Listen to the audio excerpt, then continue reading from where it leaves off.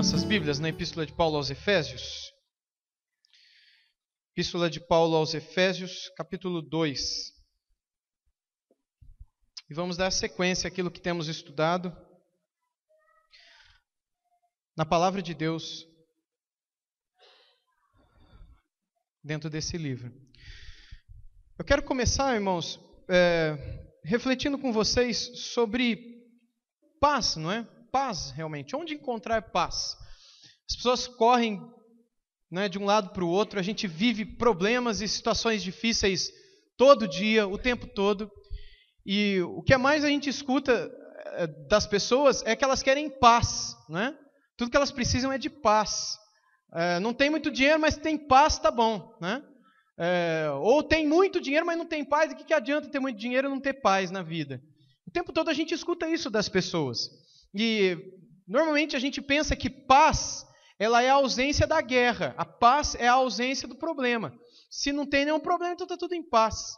Mas a Bíblia fala de um outro tipo de paz. E hoje à noite, dentro dessa porção que nós leremos logo mais, Efésios 2, de 14 a 18, pensarmos onde é que nós podemos encontrar a paz, o que é a paz, como chegar nela, como estar com ela ou sobre ela, se é que ela existe e ela pode ser achada, né?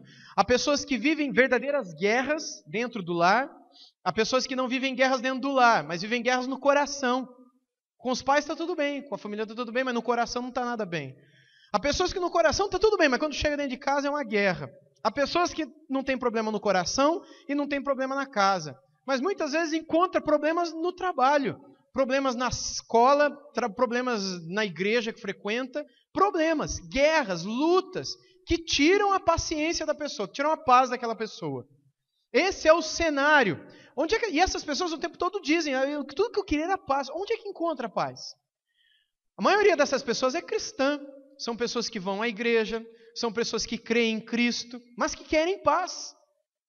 Se eu fosse perguntar aqui quantos querem ter um pouquinho mais de paz na vida e pedisse para levantar a mão, eu tenho certeza que se não fossem quase todos, seriam todos que gostariam de ter um pouquinho mais de paciência, ter um pouco mais de paz, de serenidade, de tranquilidade para resolver certas coisas. E pudessem também ter aquela paz que os livraria do pecado.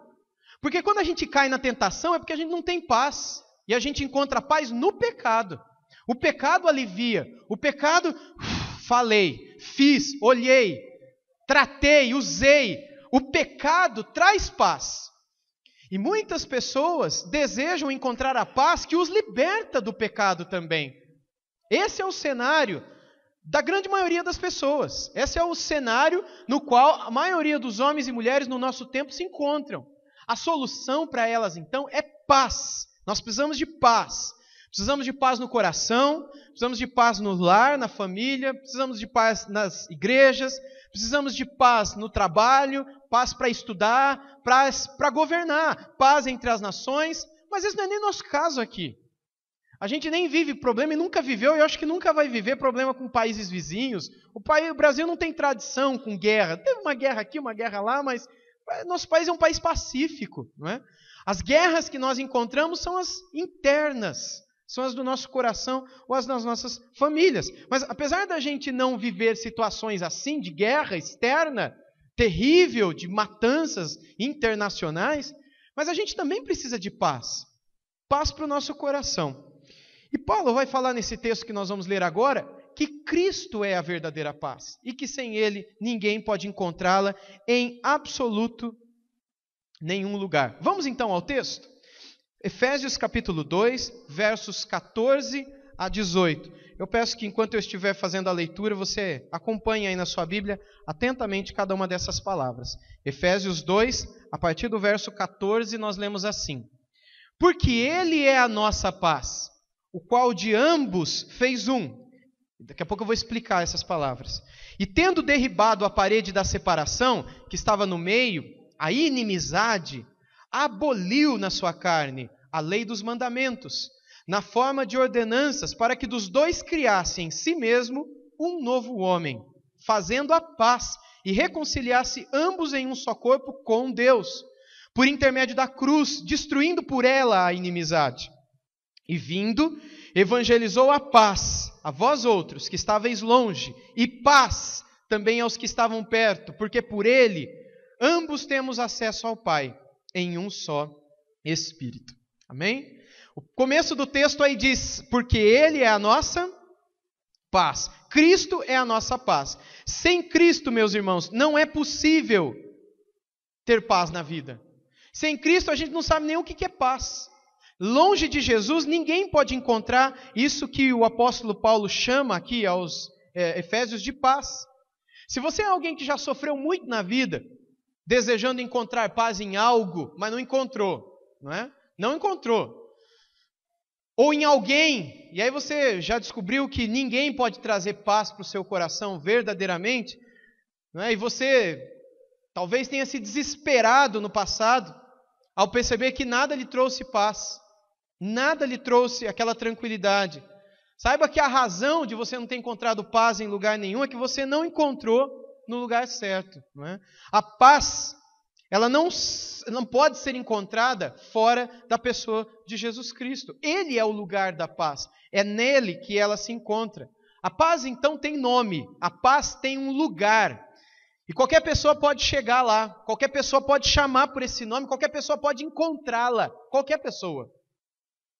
E é disso que o apóstolo Paulo trata aqui nessa passagem aos Efésios que nós estamos lendo hoje. Paulo quer falar de paz nesse pequeno trecho. No domingo passado nós lemos um outro trecho no qual ele falava sobre o motivo maior do nosso louvor, que é a salvação. E que isso acaba com a murmuração. Ficar reclamando de tudo, reclama da comida, da roupa, do marido, da esposa, do filho, da doença. Reclama de tudo. Qual é a solução para acabar com a murmuração? Olha lá no YouTube da igreja, o Daniel colocou lá, você pode ver lá a pregação do domingo passado, qual é a solução para acabar com a murmuração na sua vida. Agora, na porção seguinte da palavra de Deus, Paulo está falando de paz. E curiosamente, paz é o que falta para quem vive na murmuração. Porque para quem tem paz na vida, ele não tem motivo para ficar reclamando. Ele é alguém de paz de fato. Que o tempo todo ele tem palavras boas e animadoras e um coração disposto a ajudar aquele que está pisando na bola. Porque ele tem tanta paz no coração que ele, ao invés de ficar reclamando, ele vai e ajuda, vai e faz, vai e aconselha, vai e abraça, suporta, anima. Ou pelo menos pede a Deus para ajudar aquela pessoa. Mas ele não tem tempo para abrir a boca para ficar reclamando da família ou da vida que tem, do trabalho que tem, do dinheiro que tem, se é pouco ou se é muito. Não há o espaço para murmuração na vida dessas pessoas. O que há é espaço para louvar a Deus, porque ela se lembra todo dia. E aqui nós falamos no domingo passado sobre meditação diária, não é? Sobre tempo a sós com Deus diário, de que isso é o que nos recorda de onde é que Deus nos tirou. E isso nos leva automaticamente a ter um coração muitíssimo grato. E aí não tem mais espaço para reclamação. Agora Paulo vai falar de paz, e ele começa com essas palavras que nós lemos no verso 14, porque ele é a nossa paz. Então, meus irmãos, no caminho para encontrar essa paz, nós precisamos dar alguns passos. O Senhor exige alguns passos do peregrino que deseja encontrar essa paz. E é disso que o apóstolo Paulo vai tratar aqui.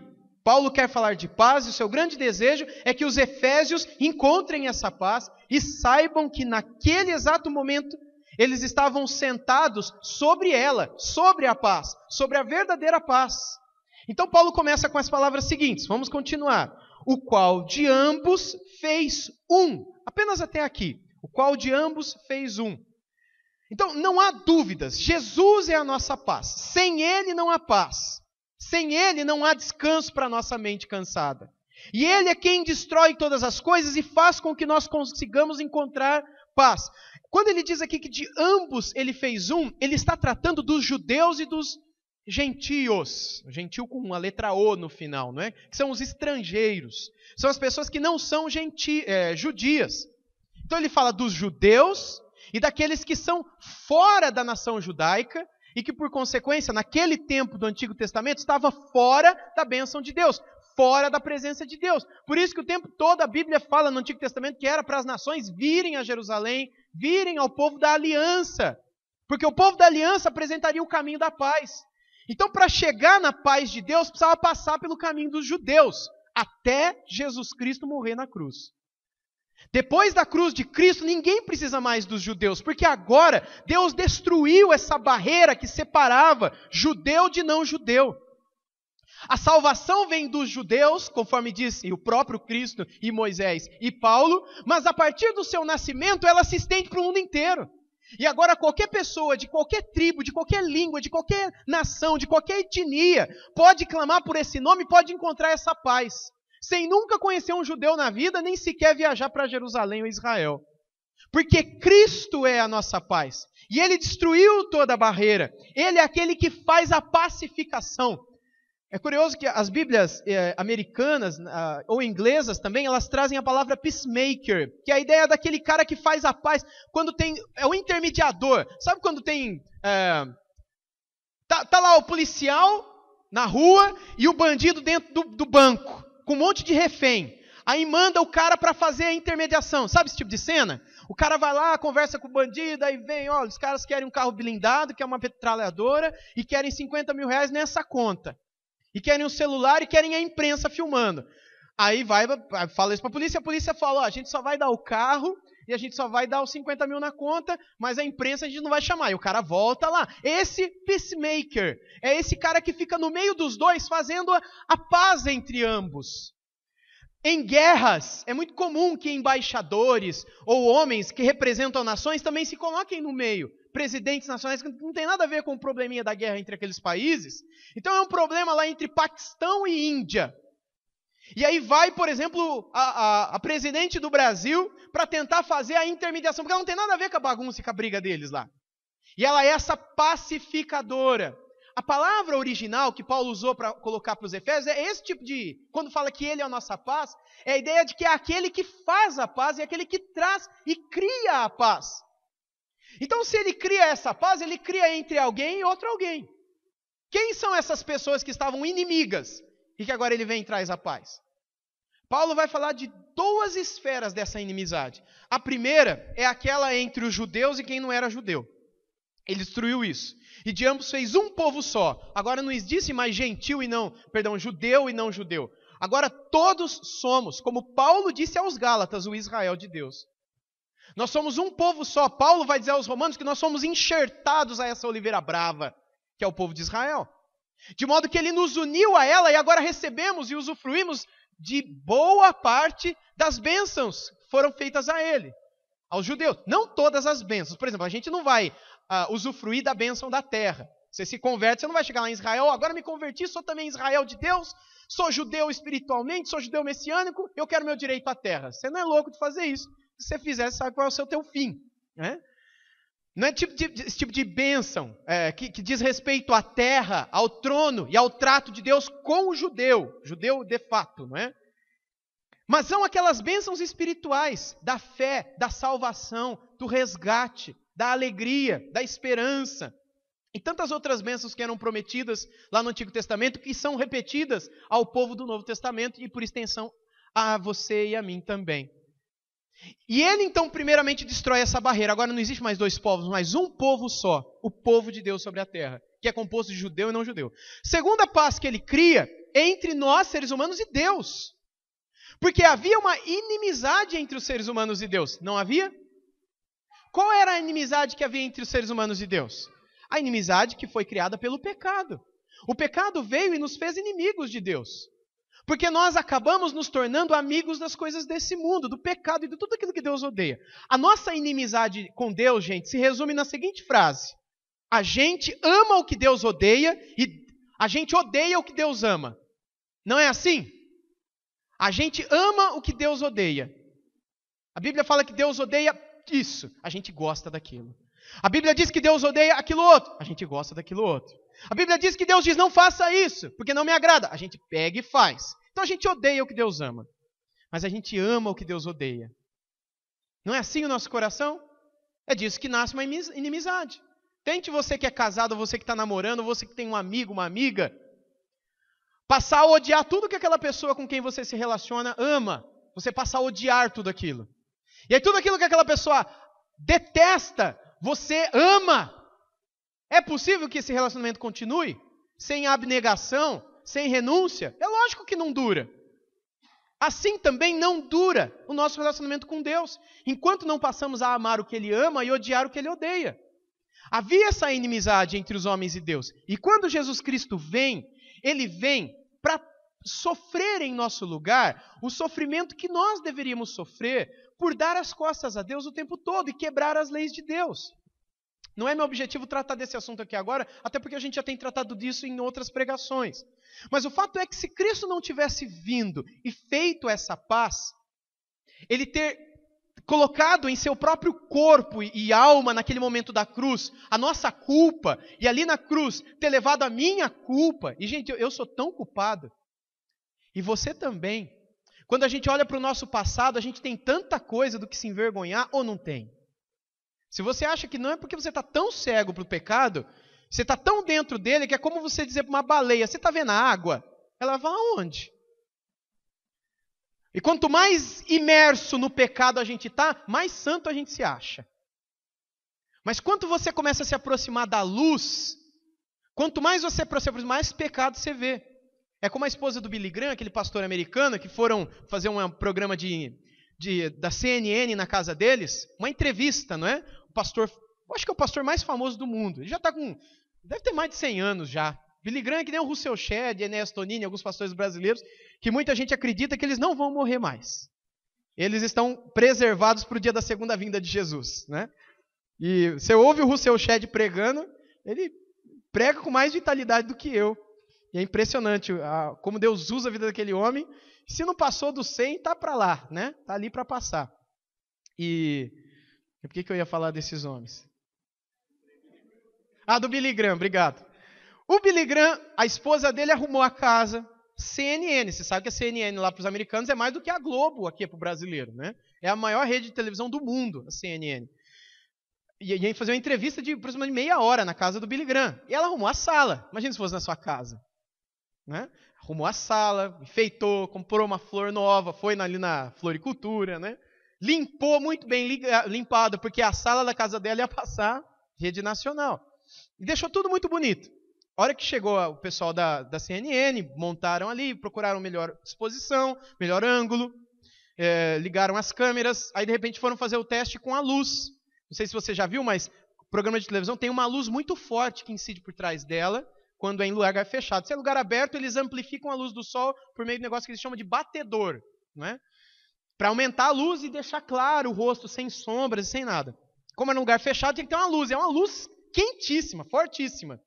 E aí, então, quando ligaram aqueles batedores, aquelas luzes fortíssimas, o que aconteceu? Você já viu quando você começa a abrir, deixa uma fresta da janela aberta assim na sua casa? Que você vê aquele raio de luz entrando, aquela poeirinha voando? Se você fecha a janela, você vê a poeirinha? Mas se você abre uma fresta, tá ali a poeirinha. Você fala, mas eu não estou vendo a poeira. Mas quanto mais luz você tem, mais poeira você vê. A hora que ligou aquela luz, e ela falou, não, mas eu limpei isso daqui. E ela começou a ver poeira onde parecia que não tinha. E aí ela pediu, por favor, que eles atrasassem por mais meia hora, para que ela pudesse limpar mais uma vez, tirando cada cisquinho que ao olho humano, sem essa luz extremamente forte, não poderia ser visto. É assim com você e Deus também. Quanto mais no escuro você está, menos poeira você vê na sua vida, pecado você vê. Você vai achar que você é santo, que você é santa, que você não tem defeito. Porque você está tão no escuro, tão nas trevas, tão no pecado. E Jesus disse para Nicodemos, lá em João capítulo 3, que quem está no pecado ama a noite, ama a escuridão, para que os seus pecados não sejam revelados. Mas a partir do momento que você começa a se aproximar da luz, os seus pecados são revelados, disse Jesus para Nicodemos em João 3. E quanto mais perto de Deus você está, mais da luz você está, mais coisas você vê na sua vida que você não via antes. E você fala, meu Deus, isso é errado. E eu nunca imaginei que isso fosse errado. Isso já aconteceu com a vida dos irmãos? Chegar momentos que você fala, olha, eu nunca imaginava que isso daqui era um erro, era um pecado, que Deus não se agradava disso, ou que Deus gostaria, na palavra, que eu agisse de outra maneira, e eu tenho sempre agido dessa maneira aqui. Aí você fala, nossa, olha, eu estou errando. Porque quanto mais próximos da luz, mais ele mostra. Agora, gente, se você está longe dessa luz, você vai viver cada vez mais parecido com esse mundo. Cada vez mais nas trevas, sem ver poeira, sem ver sujeira. Tua vida vai ser uma desgraça e você vai estar achando que está tudo bem. Está tudo santo, está tudo ótimo, porque Deus é graça, Deus no final vai perdoar tudo, Deus é amor. esse tipo de atitude, de conversa, que na verdade é uma blasfêmia contra a obra de Cristo na cruz. E é uma blasfêmia contra o próprio Deus, que é graça sim, mas que é justiça também. E se Ele é justo, Ele vai julgar o nosso pecado, não pense que não. Ele é mais justo que esses juízes corruptos que nós temos em nosso país e também no mundo, que aceitam suborno e que por dinheiro mudam o resultado final do julgamento. Os juízes daqui mudam o resultado final. O juiz de lá não muda. O que é certo, o que é errado. Tente chegar lá para ele e falar, ou tente chegar para um juiz aqui sem ter dinheiro no bolso e falar, juiz, eu ouvi falar que o senhor é um homem tão bom, o senhor é tão gracioso, o senhor é tão misericordioso. Quebra essa, vai. Poxa, perdão, eu não vou fazer de novo. Olha, eu prometo. Pô, juro por Deus, nunca mais eu vou fazer isso. Se o senhor é bondoso, gracioso, amoroso, por favor, me perdoa. Não manda eu para a cadeia, não. Você fala isso com um juiz daqui, o que ele vai fazer com você? Primeiro que ele nem vai deixar você falar tudo isso. Porque ele vai ser justo. É sim, sim, é não, não. Quebrou a lei, vai pagar pelo que fez. Você acha que Deus vai ser diferente dessa corja que hoje existe? Corja, perdão, né? Corja é um grupinho, graças a Deus. Uma boa parte é justa, de fato. Julga com justiça, de fato. Mas vocês sabem do que eu estou falando. Tem muita gente que não julga corretamente. Porque a pessoa julgada não tem dinheiro. Não é assim? Ou é só um mundo que eu vejo? Quanta gente a gente não vê que sofre na mão de promotores e advogados porque não tem dinheiro. Estão certos. E outros que têm muito dinheiro, mas sabem que estão errados, não se dão mal, não pagam porque tem dinheiro. Tem dinheiro. Esses dias atrás eu ouvi de um amigo meu, que é pastor, lá no norte, dizendo de um rapaz lá que foi assassinado por causa disso. Envolvido com política e com justiça, e que intermediava essas propinas, essas negociações. Olha, eu estou sabendo da sua vida, você aí, ó, que você fez um negócio errado. O juiz vai julgar, e a sentença vai ser essa. Aí, pelo amor de Deus, não, é 30 mil. Agora e mais 30 daqui 30 dias. E mais 30 na hora que o juiz te liberar. E ele fazia essa intermediação.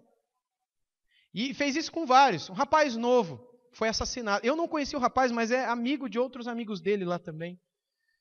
Porque é uma vida de risco. Agora com Deus, gente, com Deus o que é certo e o que é errado. Se você quebrou a lei de Deus, você vai sofrer as consequências desse pecado. A gente não tem cadeia lá no céu. Por isso que Deus criou o inferno. E o inferno é tão real quanto o céu. E o inferno é para aqueles que não pagaram pelos seus pecados aqui. Como é que você paga pelos seus pecados? Tem gente que fala que é sofrendo. Eu visitei um senhor essa semana. O senhor, ele não é aqui da igreja, mas é parente de um irmão na fé, de uma irmã na fé. E esse senhor, ele me disse, olha, pastor, eu acho que essa doença toda, esse sofrimento todo que eu estou vivendo, isso foi essa semana agora. É porque eu estou pagando, eu fiz muita coisa errada quando eu era novo, pastor. Ele e a senhorinha dele do lado. Eu fiz muita coisa errada, pastor. Tenho até vergonha de falar. Eu tenho certeza que eu estou pagando. O senhor não acha que eu estou pagando? Eu falei, eu tenho certeza que o senhor não está pagando. Se tivesse pagado, o senhor já tinha morrido. Porque você acha que esse sofrimento é capaz de... Ninguém pode pagar. Lógico que eu não falei com essa rudeza toda, né? Eu falei com muito mais amor. Mas eu expliquei para ele que, por mais que a gente sofra aqui, nosso sofrimento não é capaz de pagar pelo pecado, não, gente. A gente teria que sofrer muito para pagar pelo pecado. Mesmo assim, a gente não ia pagar nem 10%. Aí tem religiões que já entenderam isso e falaram, então a gente tem que voltar. A gente morre e volta numa nova vida para a gente continuar pagando. E se não foi suficiente a gente morrer, a gente volta de novo, reencarna, e aí continua pagando. E aí tem um karma que nos segue desse tempo todo aí, que a gente vai pagando. E a hora que a gente estiver em paz, bem, então o nosso espírito se eleva, e a gente vai para o nosso verdadeiro lar. E aí eu morri, mas eu não estou preparado ainda para ir para o lar, e nem estou preparado para voltar, então me mandam para um hospital. Vocês já ouviram falar de todas essas coisas, né? E aí me preparam para eu voltar para cá, para reencarnar de novo, para continuar pagando pelo meu pecado. Gente, isso não é cristianismo, isso é paganismo. A Bíblia ensina, nesse texto que acabamos de ler aqui, que Jesus Cristo pagou de uma vez por todas, por toda besteira que você já fez na vida. Por aquelas que você vê e por aquelas que você não viu, porque você está longe da luz. Você nem tem noção que você fez coisa errada e Ele já pagou naquela cruz por você. Por isso que Ele é a nossa paz. Por isso que quanto mais nele nós estamos, mais paz nós encontramos. E Paulo vai explicar para os Efésios na medida que ele diz, porque ele é a nossa paz, o qual de ambos fez um. Primeiro, ele acabou com a inimizade entre os povos, com a briga entre judeus e gentios. Se você pudesse voltar 2000 anos atrás e entrar comigo lá nas igrejas de Paulo, a gente veria desse lado os judeus, desse lado os efésios. Em Corinto, desse lado os judeus, daquele lado os efésios. Em Roma, aqui na frente os judeus, lá atrás os romanos. Era assim. Lá em Jerusalém, na igreja pastoreada por Pedro e Tiago, quando eles tinham que dividir a cesta básica entre as viúvas, quem é que recebia a cesta básica primeiro? As viúvas dos judeus. E as viúvas dos gentios, aconteceu o que com elas lá em Atos 6? Elas foram esquecidas, meus irmãos. Atos 6. Tinha essa divisão lá dentro, já na igreja. Judeu era privilegiado, quem não era judeu sofria. E Paulo está explicando, ele acabou com isso. Não tem mais americano, brasileiro, francês, angolano, japonês ou nordestino. É tudo a mesma coisa. Não tem mais negro, branco, amarelo, vermelho, laranjado, não tem. Agora é tudo um só em Cristo Jesus. Ele é tudo em todos. Ele diz, inclusive, não existe mais escravos, nem senhores, nem homem, nem mulher. Porque todos são um em Cristo. Então, ele é aquele que traz a paz para o povo. Essa é a primeira ideia de Paulo nessa porção, que a gente precisa entender e buscar isso. Não existe mais guerra entre pessoas que estão em Cristo. A guerra e a inimizade é para aqueles que estão fora de Cristo, ou para aqueles que estão longe de Cristo. Já se converteram, mas estão longe de Jesus. Ele é a nossa paz, Ele derruba as barreiras, Ele cria as reconciliações. Dentro do seu lar, Ele cria reconciliação, restauração. Dentro dos seus parentes, Ele cria restauração. Dentro de uma igreja, Ele cria restauração, porque Ele é a paz sobre a qual a gente está sentado. Ele é a nossa paz. Dele nós recebemos vida e nele a gente sobrevive. Ele é aquele que traz paz para um coração que está aflito, desesperado, angustiado. Quanto mais nele, mais paz. O texto continua, vamos continuar com Paulo. E tendo derribado a parede da separação, a qual estava no meio, a inimizade, olha os termos que ele usa, aboliu na sua carne a lei dos mandamentos na forma de ordenanças, para que dos dois criasse em si mesmo um novo homem, fazendo a paz e reconciliando em um só corpo, judeus e gentios, com Deus, por intermédio da cruz, destruindo por ela a inimizade. É possível haver inimizade dentro do povo de Deus? É possível? Não, gente, não é possível. Paulo está explicando isso para eles aqui agora. Ele continua. E vindo, evangelizou a paz. Aqui ele vai falar de uma outra espécie de paz, não é? A paz a vós que estáveis longe. Quem é quem estava longe? Eram os gentios, os não-judeus. E paz também aos que estavam perto. Quem é que estava perto? Eram os judeus, no meio do qual Jesus viveu. Porque por ele, Jesus, ambos, judeus e não-judeus, temos acesso ao Pai em um só Espírito. Então, o primeiro ponto dessa mensagem é esse, que por meio dele nós encontramos a paz que nos reconcilia um com o outro, a paz que faz com que as pessoas possam viver em paz. Lá em Hebreus, no capítulo 12, né, Paulo, o autor de Hebreus, que a gente não sabe quem é, vai dizer para a gente que a gente tem que seguir a paz com todos, não é isso? Seguir a paz com todos e a santificação, sem a qual ninguém verá o Senhor. Você precisa perseverar na busca da paz. A paz não é uma coisa que está ali, você pega, agora estou em paz. Paz é aquilo que você está cansado de dizer. Olha, eu não senti paz que eu tenho que perdoar ainda. Olha, eu não estou em paz que eu tenho que conversar com ela ainda. Olha, eu não estou em paz que eu tenho que conversar com ele ainda. A hora que eu estiver em paz eu vou. A hora que eu estiver em paz eu falo. A hora que eu estiver em paz eu perdoo. Não é assim que a gente faz? Não é assim que a gente ouve? Não é assim que muitas vezes a gente fala? Como se a paz estivesse num lugar, a gente pode chegar lá e pegá-la. Falar, agora estou em paz, agora eu perdoo. Mas não é assim que as coisas funcionam. A paz, ela não é algo que pode ser construída a partir de uma busca num determinado local. Ela é algo que se experimenta a partir de um relacionamento com Deus. e que faz brotar em nós uma decisão de buscar essa paz. A paz é algo que deve ser perseguida, e não algo que deve ser trazido a nós, algo que você vai dizer: Deus, me dá a paz que eu tenho que falar com aquela pessoa. Deus, me dá a paz que eu tenho que perdoar aquela pessoa. Pare de pedir isso para Deus, porque Deus não vai trazer isso. Na Bíblia ele já diz que é para você ir atrás dela, e não pedir para ela vir. E é por isso que há pessoas que morrem pedindo a Deus a paz e não recebem. Que há anos estão pedindo a Deus por paz e nunca receberam. Será que Deus está surdo? Será que Deus não gosta de você? Ou será que tem alguma coisa errada nessa sua oração? Porque a paz não é algo para você buscar. A paz não é algo para você pedir. A paz é algo para você ir atrás dela. Seguir a paz e a santificação. Como é que você segue a paz? Quais são os passos dessa paz? Os passos dessa paz são aquilo que o Evangelho nos revela. O arrependimento dos nossos pecados. O arrependimento dos nossos pecados.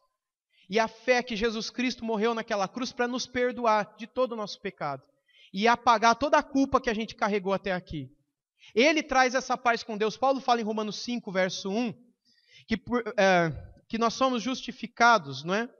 Por meio da fé. E por meio da fé, então, justificados, nós temos paz com Deus, por meio da obra de nosso Senhor Jesus Cristo. A primeira paz que você precisa é a paz com Deus. Depois que você tiver paz com Deus, então você tem que ir atrás da paz com as outras pessoas. Eu já tive que fazer isso algumas vezes. De pessoas que eu sabia que a gente estava com problema, e eu fui atrás. Em alguns casos eu não tinha errado. Em nada. A pessoa que pisou na bola, mas eu fui atrás. De tão incomodado que eu estava pela luz da palavra, que mostrava aquela poeira, eu não conseguia respirar, que lá entrava e ficava ruim. Estou metaforicamente falando aqui. A luz da palavra me incomodava de tal maneira que eu tive que levantar e ir falar com a pessoa. E resolver. E teve um caso específico que a pessoa não pediu perdão. Então eu pedi perdão para ela, sendo que eu não errei. Mas por que eu fiz isso? Porque eu queria estar em paz com ela. E eu disse para ela: olha, você está dizendo que eu fiz isso, isso e isso. Eu não vou me justificar. Mas então eu quero te pedir perdão. Porque foi essa aparência que deu o negócio. Porque foi isso que você entendeu. Se você quiser aceitar que eu não fiz isso, que não foi isso que eu pensei, amém. Se você não quiser aceitar, eu não posso fazer nada. Mas me perdoe porque eu te incomodei, porque eu te entristeci. Isso nunca teve no meu coração. Bem como essa coisa que você está pensando. Esse homem não ouviu, saiu falando coisas piores ainda de mim, mas a paz que inundou meu coração naquela tarde, não, naquela manhã, até hoje eu lembro. Até hoje eu tenho saudade. Porque é uma paz que envolveu, gente, no seguinte sentido: você fez o que você tinha que fazer. Você seguiu a paz com o homem. Se ele não seguiu a paz com você, não é problema seu. Você não muda o coração de ninguém. É isso que Deus pôs no meu coração. Não é você que vai mudar o coração dele. O coração dele é comigo. E até hoje Deus não mudou o coração dele. Pelo contrário, eu vejo que está cada vez pior. Tenho pena desse senhor. Não é? É um senhor já. Eu tenho pena. E oro pela vida dele, para que Deus acorde, porque é sofrimento atrás de sofrimento, por ignorância, por ficar longe de Deus, por não reconhecer o próprio pecado. Por isso eu digo para os irmãos: a paz, ela pode ser encontrada se você persegui-la, se você for atrás, der o passo, perdoar, ir atrás daquele que não vai vir atrás de você, mas você vai atrás dele. Pais com filhos, filhos com pais, amigos, colegas de trabalho, pessoas na tua família, na escola, pessoas dentro da igreja. Cada um de vocês sabem, porque todos nós, um dia ou outro na vida, tivemos problema com alguém. Ninguém aqui conseguiu sobreviver até hoje sem ter tido um problema com ninguém. Até os mais pacificadores arrumam problema com aqueles que não gostam de gente calma. Não é? Tem gente que é de boa, gente tranquila, e tem gente que olha e fala: não gosto de gente assim. Né? É muito calmo para minha cabeça. Né? Não é assim? É manso demais. Parece que não pega, parece que não faz nada de errado. Ele estava olhando para baixo, por isso que eu usei como ilustração aqui. Né? Mas tem gente que fica com raiva disso. Não é possível, é hipócrita, está enganando alguma coisa. Daí já cria uma inimizade. E muitas vezes isso chega no ouvido de um ou de outro. O que tem que fazer? Eu vou lá falar com ele, vou resolver. Não me custa, porque Deus me disse na palavra que eu tenho que perseverar em ter paz com as pessoas. É fácil isso, gente? É gostoso isso, gente? Isso é humilhante, gente. Isso é humilhante. Mas a Bíblia diz que aos humildes Deus exaltará. Mas aquele que se exalta, Deus vai humilhar. Então, quem tem ouvidos, ouça. Isso é o que Jesus diria se ele estivesse aqui. No nosso tempo a gente diria, fique esperto. Deus está vendo. E logo ele vem para julgar. E a falta de paz, na verdade, é por causa disso. Ele conclui dizendo assim, e isso eu concluo também. E vindo, evangelizou paz. Você já parou para pensar nessas duas palavrinhas? Ele evangelizou paz. O que é o evangelho? O evangelho, resumindo também, é a mensagem de que nós somos grandes pecadores, mas que ele é um grande salvador. O evangelho é aquela mensagem de que havia um rei e tinha uma pessoa que devia muito para esse rei. Mas muito é muito mesmo. Hoje seria trilhões, seria algo impagável por qualquer ser humano vivo. Trilhões.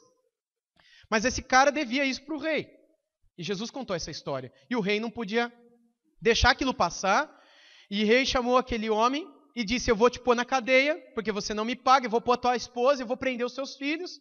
E aí aquele homem pediu misericórdia, implorou ao rei, se ajoelhou diante do rei, e o rei fez o quê? Perdoou. Jesus contou. E aí o homem saiu da presença do rei, e lá na rua encontrou um cara. O cara devia uns trocados para aquele homem. Trocado, coisa pouca. O que o cara fez? O cara que tinha sido perdoado para o rei, pegou o cara no pescoço e disse, você me deve, seu sem vergonha. Né? Você não vale nada, você não presta, você está me devendo, você não tem vergonha na cara, ainda passa aqui perto de mim. Eu vou te matar, não, eu vou te mandar para a cadeia. Chamou os guardas, mandou que os guardas jogassem aquele homem na cadeia. É óbvio que não é assim que está na Bíblia, essa é a versão atualizada aqui, né? Minha agora. Mas se fosse hoje, é assim que Jesus contaria. Aí o que aconteceu com aqueles soldados que viram? Foram lá e deduraram para quem? Para o rei. O que o rei fez? Mandou chamar o cara. E aí Jesus, a gente não sabe direito o fim, mas Jesus conclui, porque isso foi uma parábola, Jesus conclui dizendo assim, assim também Deus fará com vocês, se vocês não perdoarem a quem vos ofender. Porque assim como o rei perdoou aqueles trilhões, Deus perdoou o pecado de vocês. E se Deus perdoou o pecado de vocês, quem são vocês para não perdoar o que os outros fazem por vocês? Ou vocês acham que o pecado dos outros para com vocês é maior do que o que vocês fizeram para Deus? Você acha que o que aquela pessoa fez para você é muito pior do que o que você fez para Deus? Se você achar que sim, é porque você está muito cego. Ou é que nem a baleia dentro do mar, falando eu não estou vendo a água. Mas se você estiver um pouquinho perto de Deus, você vai dizer, de fato, o que Deus me perdoou, eu não tenho como não perdoar também. Quando Jesus ensinou a oração do Pai Nosso, ele disse, né, Pai Nosso que estás nos céus, ele disse, vocês vão orar dessa maneira, santificado seja o vosso nome, venha a nós o vosso reino, seja feita a vossa vontade, assim na terra como no céu. O pão nosso de cada dia nos dai hoje. E perdoai as nossas ofensas, assim como nós perdoamos a quem nos tem ofendido. E não nos deixeis cair em tentação, mas livrai-nos do mal. Porque assim, aí Jesus termina desse jeito. Porque assim também será com vocês. Não serão perdoados se não perdoarem a quem vos ofendeu. Mas a quem perdoou, Deus há de perdoar também. Com outras palavras, é isso que Jesus disse. Se você não perdoa, você também não será perdoado. Mas se você perdoa, você será perdoado. É nesse sentido que ele veio e evangelizou paz e nos ensinou o que é ter paz. É quebrar toda a barreira que há entre nós e Deus, que nos ensina a quebrarmos toda a barreira que possa existir entre nós e outras pessoas também. Meus irmãos, esse é o desafio que está diante de nós. Ele é a nossa paz. Sem Ele ninguém encontrará paz. Seja a paz entre os homens, entre as pessoas, seja a paz no seu próprio coração, seja a paz dentro da sua casa, seja a paz na sua mente, seja a paz na sua vida. Ninguém encontrará paz sem Jesus. Ele é a resposta para a nossa procura, Ele é a resposta para o anseio do coração do homem desesperado e sem paz. Ele é a nossa paz. Só nele a gente encontra paz. Só assentado sobre Ele, a nossa mente descansa de fato e a gente pode deitar a cabeça no travesseiro e dormir sem auxílio de remédio. Dormir a noite inteira, descansando no poder de Deus. Só em Jesus a gente encontra paz. Sem Jesus, a gente vai encontrar paz, gente, num montão de outras coisas. É em remédio, ou é nas drogas, que é um outro tipo de remédio, né? Nas drogas legais e nas ilegais. E lá a gente encontra paz. Ou é no álcool, que é uma outra droga. Ou é na pornografia. Relaxou. Acabou, agora eu desestressei. Masturbação para muitos jovens e adultos também, homens e mulheres. Isso é uma realidade, viu? Isso é uma grande e triste realidade. Ele pode trazer paz aonde não existe isso. Ou a pessoa está desesperada para casar, ou para achar um marido, ou para achar uma esposa, ou para achar um namorado, ou para achar uma namorada. Ou desesperado para largar, divorciar ou largar da namorada, porque acha que se fizer isso vai ter paz. Não é assim? Mas onde é que a gente pode encontrar paz? É eu terminando meu casamento? É eu matando meu filho? É eu tendo um outro filho? É isso que me traz paz? O que é que me traz paz? É cair nas drogas? É abandonar o ministério? É fazer coisas loucas que vêm à minha mente? Sumir, viajar, explodir o mundo? O que é que me traz paz, meus irmãos? Diga para mim, o que é capaz de trazer paz para o meu coração? Somente Jesus Cristo. Sem Ele, nunca, em lugar nenhum e de pessoa nenhuma, nós poderemos encontrar a verdadeira paz. Diante disso, o que a gente pode fazer? O que você pode fazer hoje à noite, se para você tem faltado essa paz? O que você e eu podemos fazer é correr para Cristo. Você não precisa sair daqui correndo para resolver o problema com aquela pessoa. Você tem que correr para Cristo em primeiro lugar. Sem Ele, você não vai resolver nada com ninguém. Sem Ele, você não vai parar com seus pecados, seus vícios, seus problemas. Sem Ele, você não vai conseguir fazer nada. Mas através dEle, você tudo pode mudar na sua vida. Nele, tudo nós podemos. Nele, em tudo nós somos vencedores. Por meio dEle. Dele. Ele é a nossa paz. Que Deus nos ajude. E que por meio dessa palavra nós possamos buscar uma semana de paz. Uma semana diferente. De paz conosco mesmo, de paz dentro de casa, de paz no trabalho, de paz diante das lutas do amanhã. Paz, a gente está na mão dele. Ele está no controle. Busquemos essa paz, persiga essa paz. Você vai encontrá-la. Amém? Vamos orar? Baixe sua cabeça. Grande Deus, tua palavra diz que o Senhor é o príncipe da paz. O Senhor é aquele que veio e evangelizou a paz.